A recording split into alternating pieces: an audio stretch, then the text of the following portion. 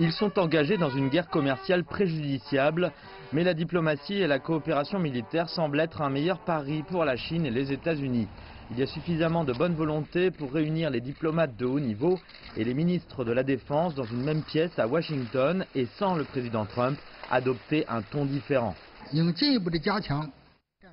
Les deux parties doivent renforcer la confiance stratégique, gérer correctement les différences et promouvoir les échanges et la coopération afin que cette relation militaire soit une source de stabilité pour l'ensemble des relations bilatérales.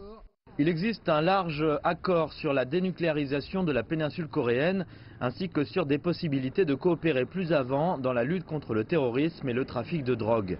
Cependant, les revendications territoriales de la Chine concernant les îles à souveraineté contestées en mer de Chine méridionale et les forces navales qui y opèrent divergent. Une récente collision entre un navire chinois et un navire américain témoigne des tensions qui règnent dans cette zone. Et aucun des deux camps ne semble vouloir céder du terrain. Nous respectons les intérêts des États-Unis dans la région Asie-Pacifique. Parallèlement, nous attendons des États-Unis qu'ils respectent les intérêts de la Chine en matière de sécurité, de souveraineté et de développement dans la région.